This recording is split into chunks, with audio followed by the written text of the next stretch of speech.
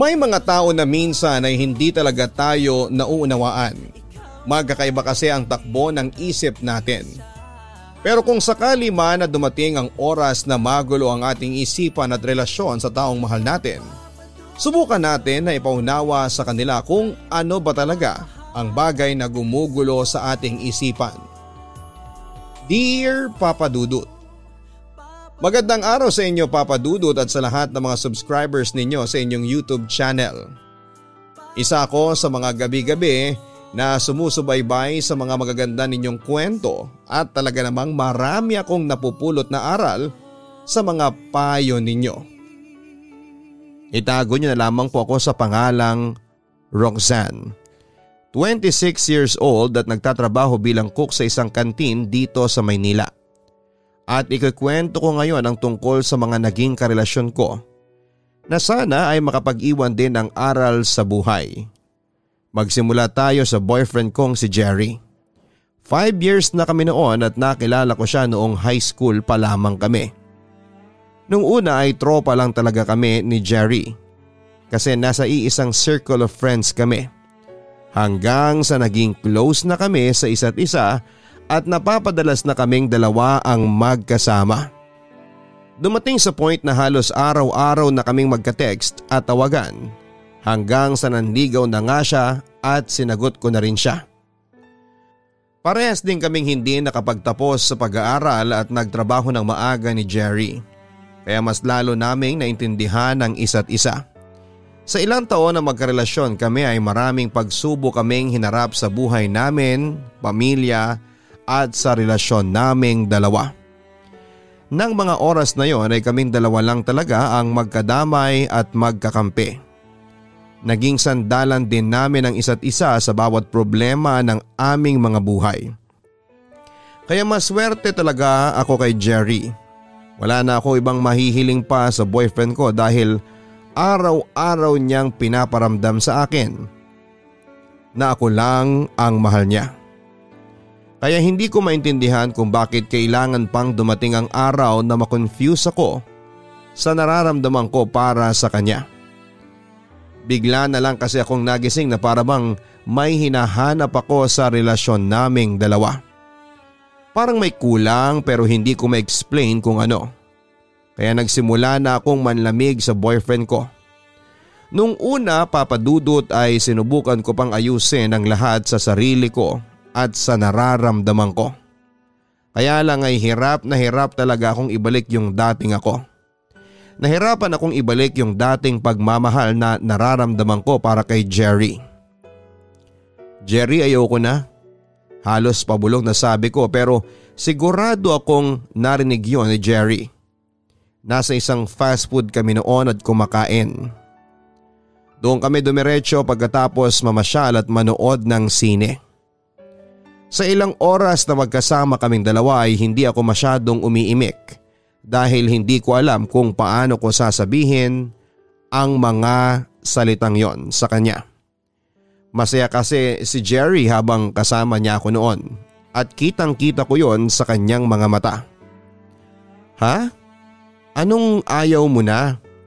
Dito ba sa kinakain mo, babe? Ano nang gusto mong kainin at i-order ko na kaagad?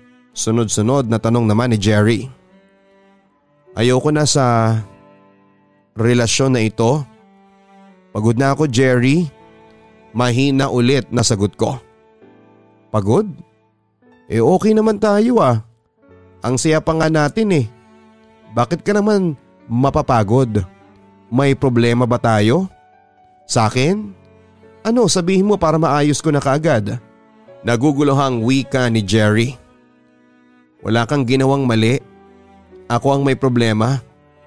I'm sorry, Jerry, pero ayoko na talaga, tugon ko. Bakit nga? Ano bang pagkukulang ko sa'yo? Tanong niya. Wala. Ako lang itong hindi makontento. Hindi na ako masaya sa kung anong meron tayo sa ngayon, sagot ko sa kanya. May bago ka na ba? Pigil ang mga luhang tanong niya. Nasasaktan din naman ako noon lalo na nang makita ko ang pagpipigil niya sa mga luha niya. Kaya pati ako ay naluluha na rin. Wala akong iba, Jerry. Hindi ko naman ugaling magsabay ng karelasyon kasi alam ko kung gaano kasakit ang lokohin kaya hindi ko yon gagawin. Pero hindi ko na rin malaman kung bakit hindi na ako masaya kasama ka. Parang may hinahanap ako. Parang may kulang na sa relasyon natin pagtatapat ko sa kanya. Pwede naman natin tong pagtulungan, hindi ba? Tutulungan kita sa problema mo. Hahayaan kitang hanapin yung kung ano man ang hinahanap mo. Basta huwag ka lang makipaghiwalay sa akin. Pakiusap ni Jerry. Jerry, bisexual ako. Dito ko lang din nalaman.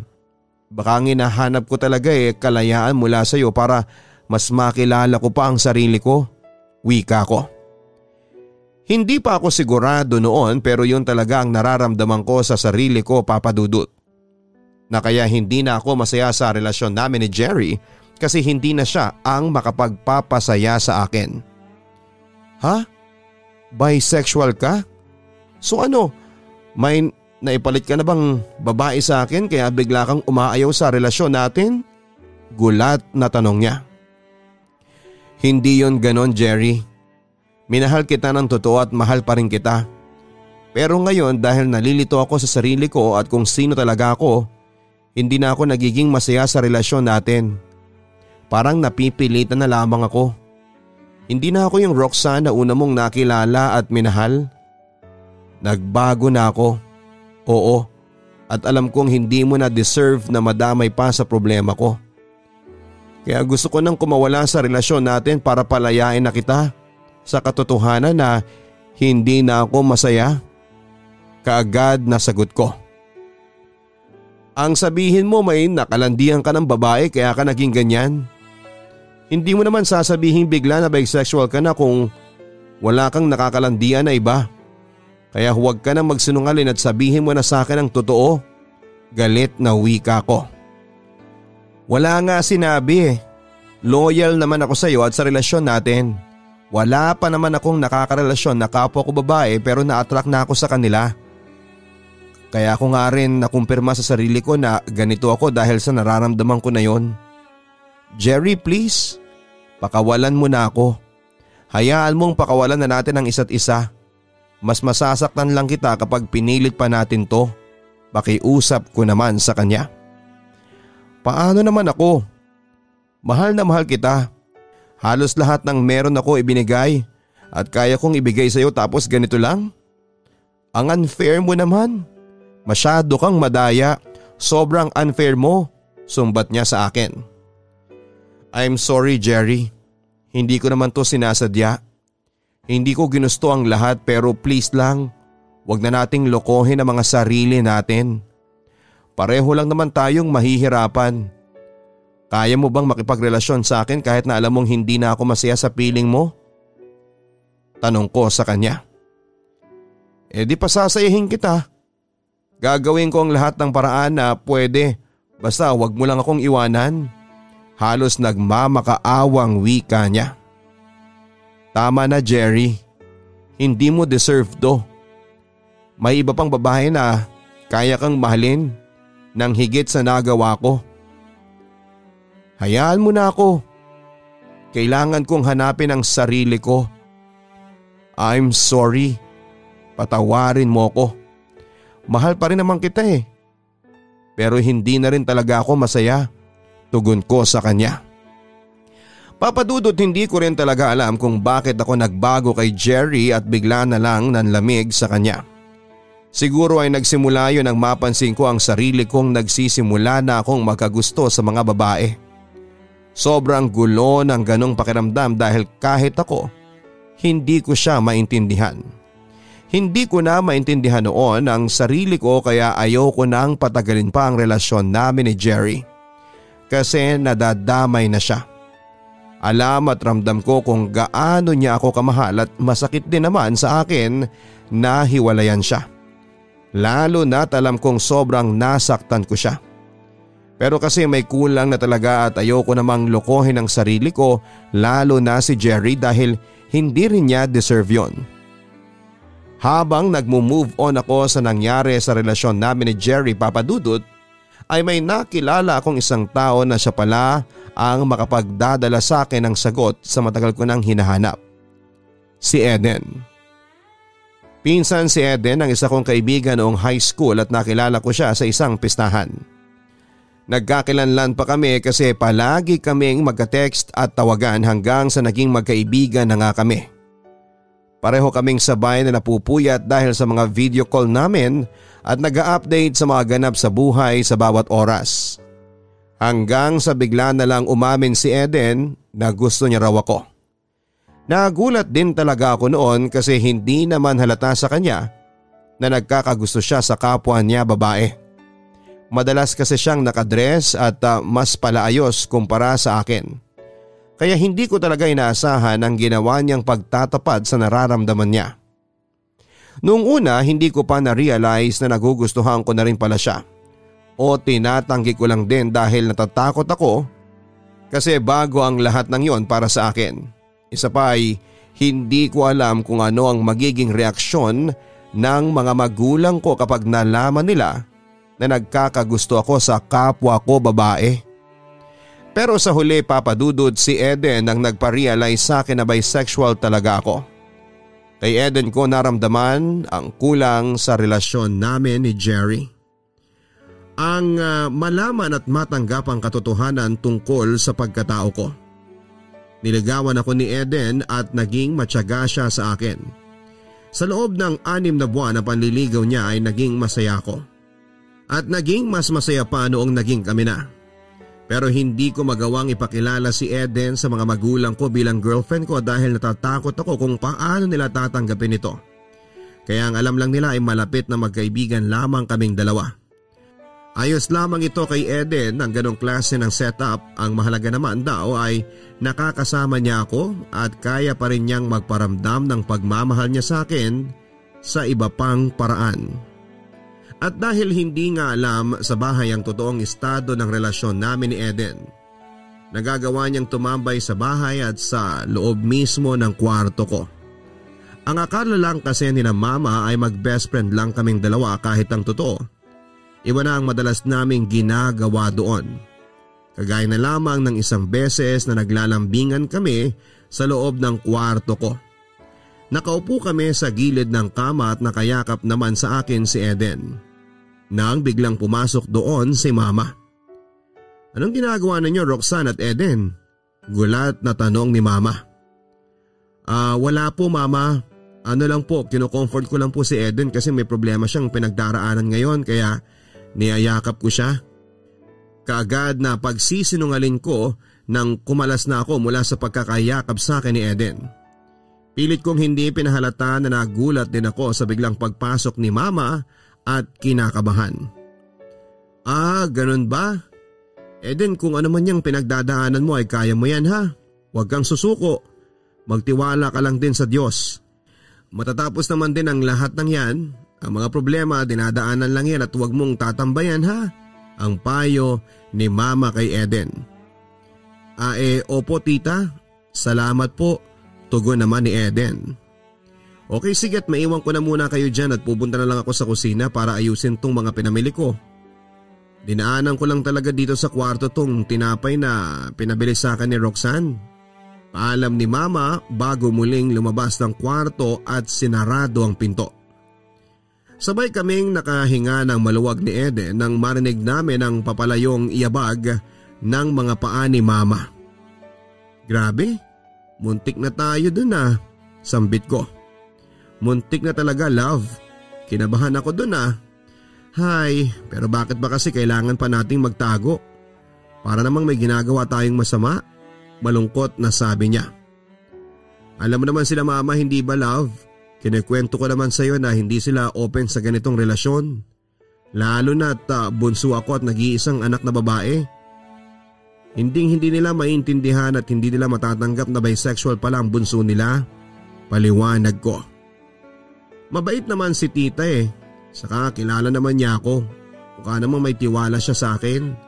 Malay mo naman okay lang sa kanya ang ganitong klase ng setup. Pero hindi bali na nga. Hayaan mo muna. hayaan muna natin ang ganitong setup. Ang mahalaga naman ay masaya tayo. At saka love bawal tayong malungkot ngayon kasi monthsary natin, nakangiting wika niya. Oo nga love, kailangan masaya lang tayo ngayon, sagot ko naman. Alam mo sobrang nagpapasalamat talaga ako na nakilala kita. Hindi ko ma-explain kung bakit pero sobrang komportable ko kasi sa'yo. Kahit na hindi pa tayo masyadong matagal, nararamdaman ko sa'yo na tanggap mo ko ng buong buo kahit ano pa ang nangyari. Kaya sa bawat araw na lumipas, mas lalo pa kitang minamahal, wika niya. Ang bigat ng mga sinabi niyang yon kaya medyo naluha na rin ako, Papa Dudut. Love naman, bakit madrama ka ngayon? Pero nagpapasalamat din ako sa iyo kasi ikaw ang naging dahilan para mas makilala ko ang sarili ko. Pasensya na talaga kung ngayon hindi pa kita maipakilala sa pamilya ko. Hahanapan ko muna ng timing pero hayaan mo, gagawin ko ng paraan yan. Makahanap lang talaga ako ng magandang tiyempo, ipagtatapat ko na sa kanila kung ano talaga ang relasyon nating dalawa. Malungkot na sabi ko. Huwag mo nang alalahanin muna yan, love. Ang mahalaga ay masaya tayo. Darating din tayo sa ganun pero sa ngayon, enjoyin muna natin ang oras nating dalawa. Marami pang mangyayari sa relasyon natin na mas mahalaga. Nakangiting sagot niya bago ako hinalikan sa noo. Papa Dudut, naging maayos naman ang relasyon namin ni Eden dahil maalaga at sweet talaga siya. Napunan niya talaga ang bagay na hinahanap-hanap ko noon sa relasyon namin ni Jerry. Ewan ko kung paano at bakit kasi pareho lang naman silang nagmamahal sa akin. Iba lang talaga yung nararamdaman kong saya kapag si Eden ang kasama ko. Naipakilala niya rin ako sa iba pa niyang kaibigan na kagaya naming bisexual. Doon ko mas natanggap na hindi talaga ako straight. Mas naging magaan na rin ang pakiramdam ko sa sarili ko kasi iba pala talaga yung napapaligiran ako ng mga taong tanggap ang kung ano ako. Yung hindi ko na kailangang magtago at magpanggap pa. At masaya ako na nagkaroon ako ng ganong klaseng kaibigan. Minsan lumalabas kami, gumigimik, namamasyal at nagpo-food trip. Ang dami kong natuklasan tungkol sa kanila. Pero mas marami akong natuklasan tungkol sa sarili ko. Kung ano talaga yung mga hilig kong bagay, pagkain at mga lugar na pasyalan. Siguro kasi Papa Dudut, ilang taon din ang tinagal ng relasyon namin noon ni Jerry. At sa ilang taon na yon ay hinayaan ko ang sarili ko na makulong sa mundo. Na halos kaming dalawa lang ang nagpapaikot. Pero sa relasyon namin ni Eden, hinayaan niya na makalaya ako at makilala ko pa ang ibang tao sa mundong kinakaroonan naming dalawa. Nakaramdam ako ng kalayaan at totoong kasiyahan. Kaya lang hindi lang pala puro saya ang mararamdaman ko sa relasyon namin ni Eden. Nagsimula na kasi siyang maging masyadong clingy. Wala namang masama kung magparamdam siya ng espesyal na pagmamahal niya sa akin pero kasi naapektuhan na rin pati ang personal na buhay ko dahil sa ugali niya. Gusto niyang parati niya akong nakikita at nakakausap at umabot na sa pagkakataon na halos ayaw na niya akong papasukin kasi masyado niya raw akong namimiss kapag nasa trabaho ako. Minahal ko talaga si Eden pero ayoko namang makulong na lamang sa kanya kaya pagkalipas ng mahigit na kalahating taon, tinapos ko na ang relasyon naming dalawa. Noong naghiwalay kami ni Eden ay parang ayoko nang magmahal ulit kasi nasaktan din talaga ako, Papa Dudut. Para kasing napakadali sa kanya na bitawan ako nang makipaghiwalay ako sa kanya. Sinabihan niya pa ako na hindi lang daw ako ang babaeng pwede niyang mahalin at mabilis raw niya akong mapapalitan. Kaya naman parang ako pa ang mas nasaktan nang magtapos ang relasyon naming dalawa. At parang na-trauma pa ako na makipagrelasyon sa iba. Pero nagbago yon nang makilala ko si Rona. Isa siyang butch o yung mga lesbian na nagbibihis at ayos na panlalaki. Magkaiba rin talaga sina Eden at Rona. Si Eden kasi ay kikay na tay pero maalagang maalaga talaga. Si Rona naman ay mas seryoso pagdating sa relasyon. mas naging panatag ako kay Rona dahil mas naramdaman kong magtatagal talaga kami. Mahal na mahal niya ako at itinuring na parang prinsesa. Kaya lang dahil sa sobrang pagmamahal din na yon, medyo naging mahigpit siya pagdating sa relasyon naming dalawa. Nung una ayos lang sa akin at nagagawa ko pa siyang intindihin, kaya nga lang minsan ay nakakapuno din talaga ang ganoong ugali niya. Grabe babe, ang sarap talaga nitong niluto mo. Sabi ko habang enjoy na kumakain ng nilutong adobo ni Rona. Nandun kami noon sa apartment at sabay na nagtatanghalian. Kain ka lang ng kain babe, marami pa akong niluto para sa'yo, nakangiting sabi naman ni Rona. Mukha ngang makakailang round ako ng kanin dito wika ko pa. Nakakailang subo na ako ng kanin at ulam nang makinig kong tumunog ang chat message ng cellphone ko. Binasa ko ang chat at natawa ako sa memes na sinend ng isang katrabaho ko. Baliw talaga itong si Jeffrey minsan, kung ano-anong sinesend na memes. Natatawang sabi ko na mag-backread ako sa group chat namin ng mga katrabaho ko. Ang dami ko na palang hindi nabasang message doon dahil sa mga memes na sinesend ni Jeffrey. Babe, yung pagkain mo lalamig, ang tawag ni Rona na hindi ko kaagad pinansin. Kasunod noon ay ang palabog na pagbagsak niya ng kutsara sa plato niya. Roxanne, kanina ka pa dyan. Yung pagkain mo, malakas na wika niya. Ay sorry babe, hindi pa pala ako tapos kumain dito. Tugon ko bago ko binitawan ang cellphone ko. Halata nga kanino ko pang sinasabi sa'yo pero hindi ka nakikinig. Busy ka masyado dyan sa kung ano man at sino man ang kausap mo. Inis na wika niya. Eto ba? Yung katrabaho ko lang to. Nag-send kasi ng nakakatawang meme sa GC namin. Mahilig kasing mang-asar yun lalo na kapag nakakita ng memes na tungkol sa akin. Ang kwento ko pa sa kanya. Baka naman kaya ka inaasar niyang katrabaho mong yan kasi may gusto yan sa'yo at nagpapapansin lang. Malamig na sabi ni Rona. Si Jeffrey magkakagusto sa akin. Tropa lang talaga kami noon babe. Teka, nagsiselos ka ba? Tanong ko sa kanya. Ewan ko. Paiwas na tanong niya. Bakit naman? Bakit ka magsiselos doon hindi ko naman yun type. Natatawang sabi ko. Roxanne, kahit na anong sabihin mo, babae ka pa rin at lalaki siya. Bago ako, isa pa lang din naman ang nakakarelasyon mong babae, hindi ba? Tapos yung pinakamatagal mong karelasyon ay lalaki pa. Paano hindi ako makakaramdam ng threat doon? Sige nga, tanong niya sa akin. Naiintindihan ko naman siya kasi may point lahat ng sinasabi niya pero ang gusto ko lang din ay magtiwala sana siya sa akin. Rona, loyal ako sa relasyon at ngayon, mas gusto ko na ang mga babae kaysa sa mga lalaki. Kaya hindi kita ipagpapalit sa kung sino mang lalaki dyan. Malambing naman ang sagot ko. Pero hanggang kailan ka sigurado na ako ang gusto mong makasama? Paano kung bigla mong gustuhin na magkaanak? Wala naman akong kakayahan para bigyan ka nun kasi hindi ka mabubuntis sa akin. Alam ko na lalaki pa rin ang hahanapin mo kapag nagkataon. May lungkot na wika niya. Rona, simula nung nakilala kita at tumagal na tayo, hindi ko na naisip yung pag-aanak na yan. Ayos lang sa akin kung anong setup ang meron tayo sa ngayon. Pagpapagaan ko sa loob niya. Sinasabi mo lang yan para pagaanin ang loob ko pero lagi pa rin akong natatakot na baka dumating ang araw na gusto mong bumuo ng sarili mong pamilya. Na baka magharap ka ng lalaki at iiwanan mo lang din ako. Sa totoo lang kasi kapag nakikita kong masaya kang kausap ang kahit na sinong lalaki, hindi ko maiwasang magselos at mag-worry.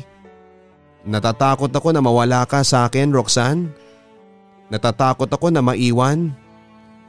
Hay, pero hayaan mo na lang din siguro muna ako. Baka kasi napaparanoid lang din ako. Malungkot pa na wika niya bago tumayo at lumabas na ng kusina. Napansin ko rin naman yon sa kanya, Papa Dudut, na kapag sinusundo niya ako sa trabaho at nakikita niya na may kasabay akong lalaki na naglalakad palabas ng building, nagagalit na kaagad siya sa akin.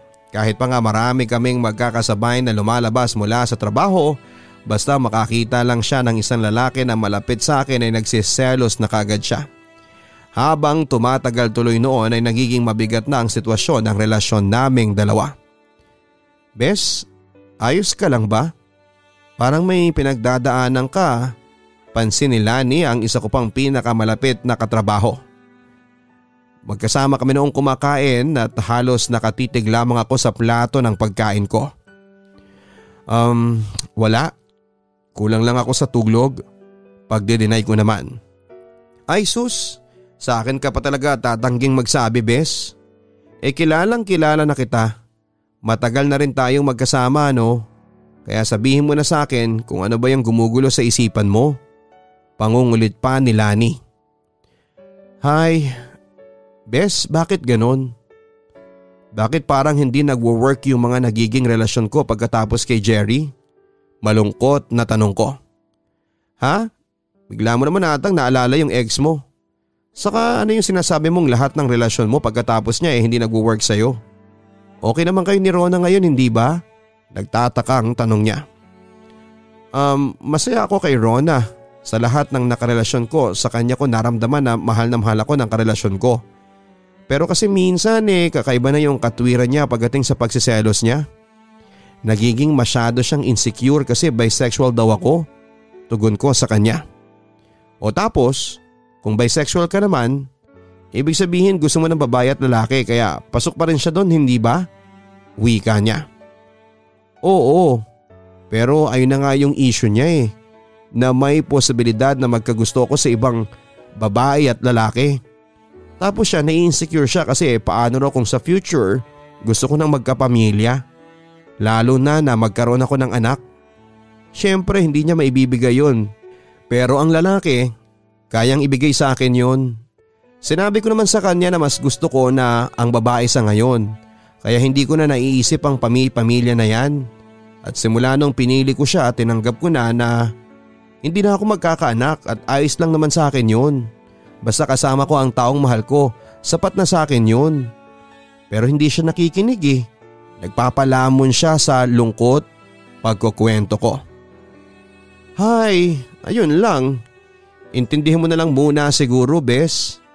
Pero wag mo siyang susukuan kung talagang mahal mo siya. Alam kong mahirap yung ganyan pero ang kailangan niya lang sa ngayon yung assurance na hindi mo siya iiwanan. Ang payo pa ni Lani. Papadudot kung kailan ko naman mas minahal si Rona ay doon naman mas sinubok ang relasyon namin. Nagpatuloy kasi ang pagiging selosa niya at pagiging insecure na rin. Palagi niyang pinag-iisipan ng masama ang mga lalaking katrabaho o kaibigan ko. Hindi na rin ako makakilos ng maayos kapag kasama ko siya. Mas madalas na rin niya akong awayin kaysa ang lambingin. Kahit palagi niyang sinasabi sa akin na mahal niya ako at ayaw niya akong mawala sa kanya, nasasakal naman ako sa ginagawa niya sa relasyon namin, papadudot. Kaya pagkalipas pa ng ilang buwan, hindi ko na rin natiis ang ginagawa niya sa akin at nakipaghiwalay na ako sa kanya. Isa yon sa mga pinakamasakit na heartbreak na naranasan ko kasi mahal na mahal ko na rin talaga siya. Pero minsan talaga, kahit mahal mo ay kailangan mong sukuan para sa ikabubuti ninyong dalawa. Hindi ko maintindihan kung bakit ganon, papadudot. Bakit ganon? Bakit kung kailan naman ako nagpakatotoo sa sarili ko ay doon naman ako nahihirapan sa mga nagiging karelasyon ko? May mali ba sa akin o minamalas lang talaga ako sa pag-ibig? Nahirapan ako mag-move on kahit na 1 taon lang kaming naging magkarelasyon ni Rona. Hindi ko alam pero sa kanya ko naramdaman na buong buo ako at tanggap niya ang buong pagkatao ko. Kay Rona ko rin naramdaman ang sobrang pagmamahal kaso hindi rin naman kami ang para sa isa't isa. Siguro si Rona lang yung tao na ipinakilala lang sa akin para may matutunan ako sa buhay. Hindi ko rin maintindihan, papadudot, kung bakit pero may mga araw na bigla ko na lang naiisip ang ex kong si Jerry noon. Kung kumusta na kaya siya. Ayos lang kaya siya. Nasa mabuti kaya siyang kalagayan. O naka-move on na kaya siya sa akin. Yan ang ilan sa mga tanong na nabubuo sa isipan ko kapag naiisip ko si Jerry. Ewan ko ba, papadudot, pero may mga pagkakataon din na parang nami-miss ko siya. Hindi ko ma-explain pero ganon ang nararamdaman ko para sa kanya. Papadudot pakiramdam ko ay pinaglalapit na rin kami ng tadhana nang magkaroon ng reunion ang barkada namin noong high school. At dahil nga nasa iisang circle of friends kami ni Jerry, sigurado ako na magkikita kami doon. Nung una ay kinakabahan talaga ako pero natatabunan yon ng excitement. May ilang taong ko rin kasing hindi nakita at nakausap siya. Kaya naman litong-lito ako sa kung ano nga ba ang dapat kong maramdaman. Hanggang sa dumating na nga ang gabi ng reunion, nasa isang bar ginanap. Nauna akong makarating, papadudot. At masaya ko namang binate ang mga barkada ko. Nang dumating si Jerry ay ramdam ko ang pagka-awkward niya sa akin pero ako na ang unang nagpapansin sa kanya.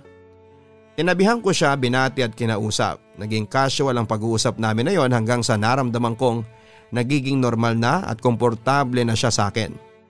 Nagkayayaan na nga rin kaming magsayaw at sabay na napagod at pinagpawisan. Grabe, nakakamiss talaga yung ganitong energy natin. Napagod akong magsayaw.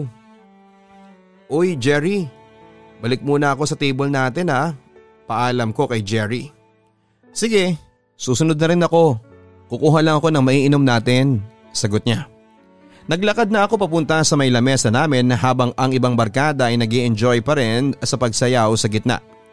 Naisip ko na pagkakataon ko na rin yon para masolo pa ang ex-boyfriend ko. O eto na ang drinks natin, Roxanne. Ang wika ni Jerry nang makabalik na rin siya sa table. Yehey, salamat, sabi ko at kaagad na inabot ang isang bote ng alak at kaagad yung ininom. Uy, dahan-dahan lang sa pag-inom ha. Hindi ba madali kang malasing? Awat ni Jerry. Hindi iba na ngayon. Pagmamayabang ko. Oo nga iba ka na talaga. Pero mukha namang masaya ka kaya masaya na rin ako para sa iyo. Ang wika niya. Sana nga masaya talaga. Napapailing na sagot ko. Hayaan mo, magiging masaya rin tayo. Wika niya. Malay mo sa isa't isa pa natin mahanap talaga ang tunay na kasiyahan. Nakangiti kong sabi habang nakatingin sa kanya. Nakita ko ang pagpula ng magkabila niyang pisngi. Ikaw talaga Roxanne, mapagbiro ka pa hanggang ngayon. Lasing ka na yata, kaya kung ano-anong mga sinasabi mo dyan. Natatawa ang sagot naman ni Jerry. O hindi pa ako lasing no. Masaya lang talaga ako na magkasama tayong magkaibigan ngayon tapos mukhang hindi ka na rin namang galit sa akin. Sincere na wika ko. Alam ko naman kasi kung gaano ko siya nasakta noon at hanggang sa mga oras na yon ay nagigilty pa rin ako. Ano ka ba? Matagal na yun nakapag-move on ako. Pwede naman tayong maging magkaibigan ulit sagot niya. Yehey, sige ha, sabi mo yan. Pero Jerry, thank you talaga kasi hindi ka na galit sa akin ngayon. Alam ko naman kung gaano kita nasaktan nung iniwang kita. Medyo malungkot na sabi ko. Wala na yon sa akin, Roxanne. Mga 3 taon na rin naman ang nakakalipas at ayos na ako ngayon. At saka hindi ko naman ugali ang magalit alam mo naman yon. Nakangiting wika niya bago uminom saglit ng alak. Sa bagay, naisip ko lang, paano kaya kung eto palang panahon para magkabalikan tayo? Pasimpleng tanong ko sa kanya na alam kong kinagulat niya dahil bigla siyang napaubo. Lumabas tuloy sa ilong niya ang alak na iniinom niya at natawa kong inabutan siya ng tissue. Naku, mahirap yung what if na yan. Hindi ko alam kung paano sagutin yung mga ganyan. Pilit ang mga tawang sagot niya. Eto naman binibiro lang kita. Masyado kang seryoso dyan. Dapat masaya lang tayo. Eto, uminom ka ulit. Cheers! Sagot ko naman. Papadudod sa ilang oras na magkasama kami ni Jerry ay nag-i-enjoy talaga ako. Ilang taon nga rin kaming hindi nagkita kaya ang dami niyang baon na kwento. Hindi pa rin talaga siya nagbabago at palagi pa rin palabiro. Panay din tuloy ang asaran sa amin ng kabarkada namin na mukha raw magkakabalikan ulit kami. Siyempre ayoko naman na madiin ang lahat sa amin. Kaya sinabi ko na hinay-hinay lang muna sa pag-a-assume kasi baka mahopya ako. Ipinapakita ko rin talaga noon kay Jerry at sa barkada ko na para sa akin ay hindi imposible na magkabalikan kaming dalawa. Pero grabe, nakakamiss lang din talaga yung dating kami ni Jerry. Yung dating kulitan, asaran at kahit yung mga lambingan namin. Nami-miss ko rin talaga. Mabuti na lang at hindi kami naging awkward noong reunion at unti-unting naging magkaibigan kami ulit. Pagkatapos ng gabi na yon ay naging close ulit kami ni Jerry Papadudut. Pareho din kasi kaming single noon kaya naman nangayain niya akong lumabas kami, kaagad ko naman siyang pinagbigyan. Nung una kasama namin ang barkada hanggang sa kaming dalawa na lamang ang nagde-date. At dahil doon ay unti-unti na rin bumalik ang feelings ko para sa kanya.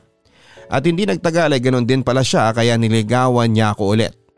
Hindi ko na rin pinatagal pa ang panliligaw niya at sinagot ko na rin siya kaagad. Yun naman kasi talaga ang gusto ko noon, yung magkabalikan kami ni Jerry. Buti na lang at dito tayo kumain babe. Namiss ko na rin kasi itong kainan na ito. Wika ni Jerry habang umunguyan ang pagkaing nasa bibig niya. Ano ba yan babe? Ang kalat mong kumain, halatang gutom ka na. Natatawang sabi ko bago ko kasunod na pinunasan ng tissue ang gilid ng labi niya. Hanggang ngayon hindi ka pa rin talaga nagbabago. Ayan okay na yung bibig mo, dugtong ko pa. Salamat babe. Pogi na ba ulit ako sa paningin mo? Tanong niya. Sira, natatawang singhal ko naman sa kanya. Buti naman at tumatawa ka na babe. Kanina kasi may pagkamatamlay ka. Saka parang ang lalim ng iniisip mo. Pansin ni Jerry sa akin. Wala yun. Ayos lang naman ako. Medyo tipid na sagot ko. Babe, kilala na kita at kabisado ko na rin ang mood mo. Pero hindi kita pipiliting sabihin kung ano man yung buwabagabag sa'yo ngayon. Irerespeto ko yung privacy mo. Pero kung kailangan mo ng kausap, nandito lang ako ha. Lagi mo akong pwedeng kausapin tungkol sa kahit saan. At kahit kailan mo pa gusto. Handa akong makinig at tumulong sa mga problema mo. Wika niya. Sige babe, salamat.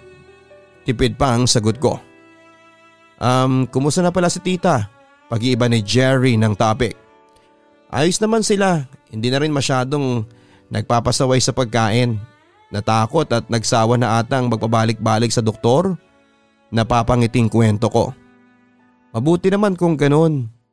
Ano pa lang sabi niya tungkol sa pagbabalikan nating dalawa? Tanong ulit niya. Ayun syempre, masaya naman siya. Tatanggap na rin naman niya na bisexual ako kahit noong una pa lang. Ang hirap niyang i-explain at kausapin tungkol sa ganyang mga bagay pero na-realize niya raw na wala na siyang magagawa kung ganito ako. Pero ayun nga, sinabi niya na sana ikaw pa rin daw ang makatuluyan ko kasi gusto na niyang magkaapo sa akin. Pagkukwento ko.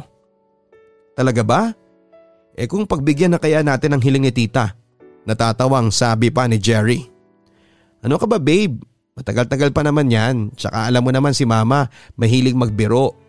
Ang mahalaga masaya tayo ngayon. Ang wika ko naman.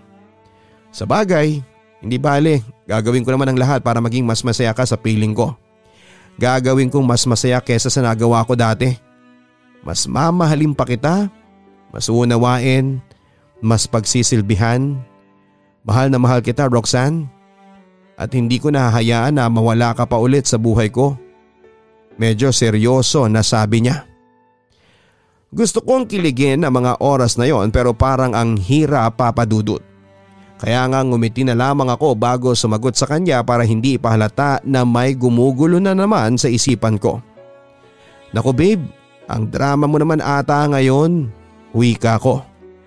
Hindi naman, gusto ko lang iparamdam sa iyo kung gaano kita kamahal at kung gaano ako kasaya nakasama na kita ulit. Salamat talaga, tinanggap mo ulit ako. Mahal kita, Roxanne, ang sabi niya. Gustong mawala ng ngiti sa mga labi ko pero pilit ko yung pinanatili doon habang pilit ko rin kinakapa ang apat na salitang dapat ay kaagad kong naisagot sa kanya. Mahal din kita, Jerry. Tugon ko kahit parang hindi na ako sigurado sa nararamdaman ko. Papadudot akala ko ay si Jerry na ang sasagot sa tanong ko kung paano ulit maging masaya. Akala ko kapag nakipagbalikan ako kay Jerry ay magiging masaya kami ulit pero nagkamali pala ako. Hinahanap-hanap ko pa rin kasi yung saya na naranasan ko sa kanya noong bago pa lamang kaming dalawa noon. Ginawa naman ni Jerry ulit ang lahat sa aming dalawa.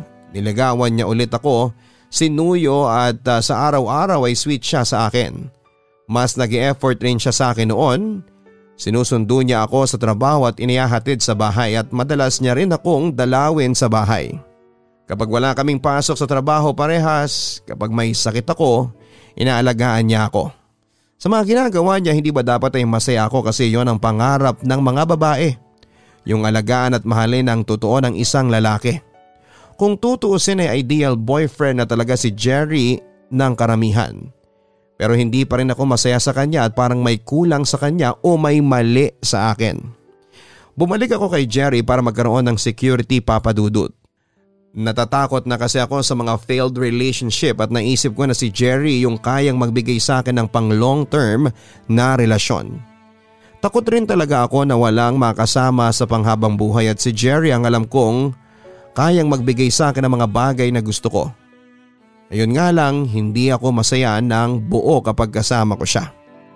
Naguguluhan na rin talaga ako noon at gusto ko ng space pero ayokong mawala si Jerry sa akin. Natatakot kasi ako na baka kapag na-realize ko ulit na si Jerry talaga ang gusto kong makasama sa habang buhay ay wala na siya sa akin. Pero hindi ko rin naman kaya na magtagal pa sa isang relasyon na hindi na ako masaya. Kaya kesa makipaghiwalay ako kay Jerry at mawala siya sa akin na pwede kong pagsisihan ay humingi na lamang ako ng space sa kanya. Sinabi ko na baka pwedeng hindi muna kami magkita dahil kailangan ko munang mapag-isa. Gusto ko munang mas kilalanin ang sarili ko. Sabihin mo nga, Roxanne, may nagawa ba akong hindi mo nagustuhan? May nagawa ka ba? Ano? Kasi hindi ko maintindihan kung bakit kailangan mo humingi ng space mula sa akin. Naguguluhang tanong sa akin ni Jerry. Wala, Jerry. Wala kang nagawang mali. Katunayan yan puro magaganda ang nagagawa mo para sa akin. Pero kasi kung hindi ako magpapakatotoo sa sarili ko na hindi ako okay, lalo lang magiging unfair sa iyo ang lahat ng ito. Kailangan kong maging ayos muna sa sarili ko para mas mahalin pa kita ng tama. Yung klase ng pagmamahal na deserve mo. Pilit na pagpapaliwanag ko sa kanya.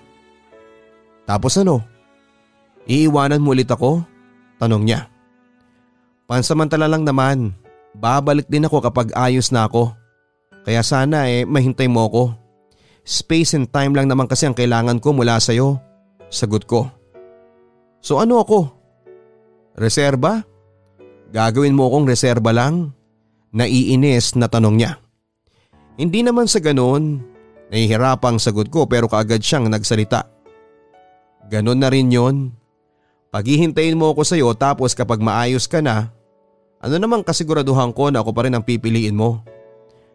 Bakit ba kasi kailangan mo pang gawin sa akin to? Tanong niya. Kasi nga ayoko mawala ka sa buhay ko, sagot ko. E di wag mo akong iwanan. Mawawala talaga ako sa iyo kapag iniwan mo ako ulit, Roxanne. Pangalawang beses na to at hindi ko alam kung magagawa ko pang ayusin ang lahat sa atin kapag naghiwalay ulit tayong dalawa. Wika niya. Jerry, hindi nga ako nakikipaghiwalay sa iyo. Time and space lang ang kailangan ko. Tapos babalikan din kita. Magtiwala ka naman sa akin. Pakiusap ko sa kanya. Naiiyak na rin ako noon, Papa Dudut, pero mas naunang naluha ang mata ni Jerry. Sa aming dalawa alam ko na siya ang mas nasasakta na mga oras na yon. Sa tingin mo ganun lang kadali yun sa akin? Tingin mo ganun na lang yun, Roxanne? Aalis ka na naman sa buhay ko at iiwanan mo ulit ako? Alam mo ba kung gaano ako nasaktan sa unang beses na iniwan mo ako? Halos mawasak yung sarili ko at mga pangarap ko sa buhay. Ibinigay ko kasi sa iyo ang lahat, kaya nga isang malaking sugal yung ginawa kong pakikipagbalikan sa iyo. Sumugal ako kasi mahal kita. Tapos ngayon na handa akong ibigay ulit ang lahat sa iyo, magbaback out ka naman? Paano naman ako kapag iniwan mo ulit ako? Naiiyak na sabi niya. Pero para sa iyo naman tong gusto kong gawin Gusto kong maging mas mabuti para mas masigurado ko pa ang pagmamahal na kaya kong ibigay sa iyo. Sagot ko sa kanya. Sinasabi mo bang hindi ka pa sigurado sa akin? Hindi ka sigurado sa pagmamahal mo na pinaparamdam mo sa akin? Grabe ka, Roxanne. Samantalang ako siguradong sigurado na ako sa iyo. Sigurado ako sa pagmamahal na meron ako para sa iyo, tapos ikaw hindi pala. At kaya mo pala gustong makipaghiwalay kasi ang totoo niyan, hindi mo talaga ako mahal. Gusto mo lang nang may makakasama kasi yung mga naging karelasyon mong babae hindi tumagal dyan sa ugali mo. Sigaw niya sa akin. Anong sinasabi mo? Naguguluhang tanong ko. Roxanne, hindi ako pinanganak kahapon. Kung pipiliin mong umalis sa buhay ko, umalis ka na lang ng tuluyan. Hindi yung paghihintayin mo pa ako sa pagbabalik mo na wala namang kasiguraduhan. Kasi alam mo, sa totoo lang nakakapagod ka ng mahalin. Pagod na akong intindihin at mahalin ka, Roxanne.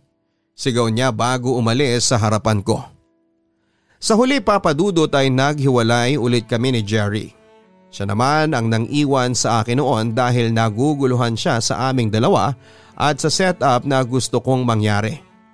Hindi ko rin naman siya masisisi dahil unfair nga naman talaga ako sa kanya. Ang hinihingi kong oras at space ay unfair.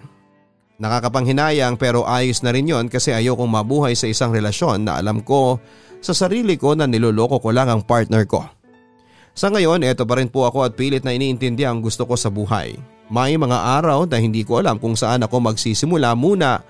Pero sa ngayon, siguro ay i-enjoyin ko lang muna ang pagiging single. Siguro ay aayusin ko muna ang problema ko sa sarili ko at mamahalin ko muna ang sarili ko na mas maayos bago ako magmahal ng iba. Para kapag dumating na ang tamang tao para sa akin ay handang-handa na ulit ang puso ko na magmahal ng tama. Maraming salamat po sa pagpili ng aking kwento, Papa Dudut. Sana po ay may natutunang ang inyong mga tagapakinig sa ibinahagi ko. Lubos na gumagalang, Roxanne. Maraming pwedeng maging dahilan kung bakit tayo nakikipaghiwalay sa karelasyon natin. Pero walang masama kung paminsan-minsan ay pipiliin po natin ang tama at mas mahalin ang ating sarili. Once again, salamat kay Roxanne sa pagpapadala mo ng iyong sulat.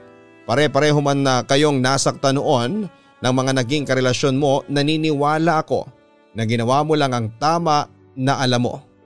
Mas lalo ka kasing makakasakit kapag pinatagal mo pa ang isang relasyon na wala ng kasiguraduhan kung may pagmamahal ka pa bang nararamdaman. Sulitin mo lamang ang bawat oras na single ka at mas mahalin mo ang iyong sarili.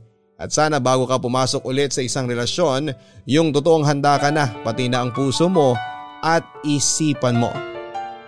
Hanggang sa muli, ako po ang inyong si Papa Dudut. Don't forget to like, share and subscribe.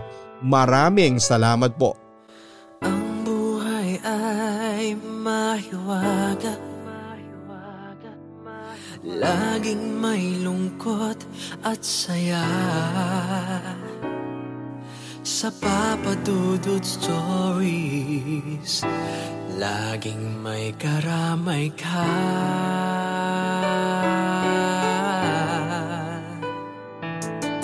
Mga problemang kaibigan,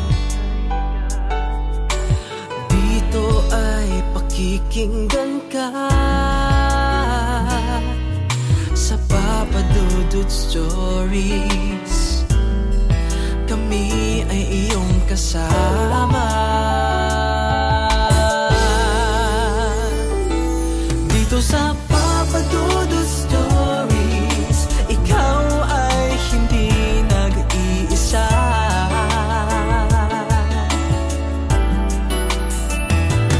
Dito sa Papa Dudut Stories, may nagmamahal sa'yo. Papa Dudut Stories, Papa Dudut Stories.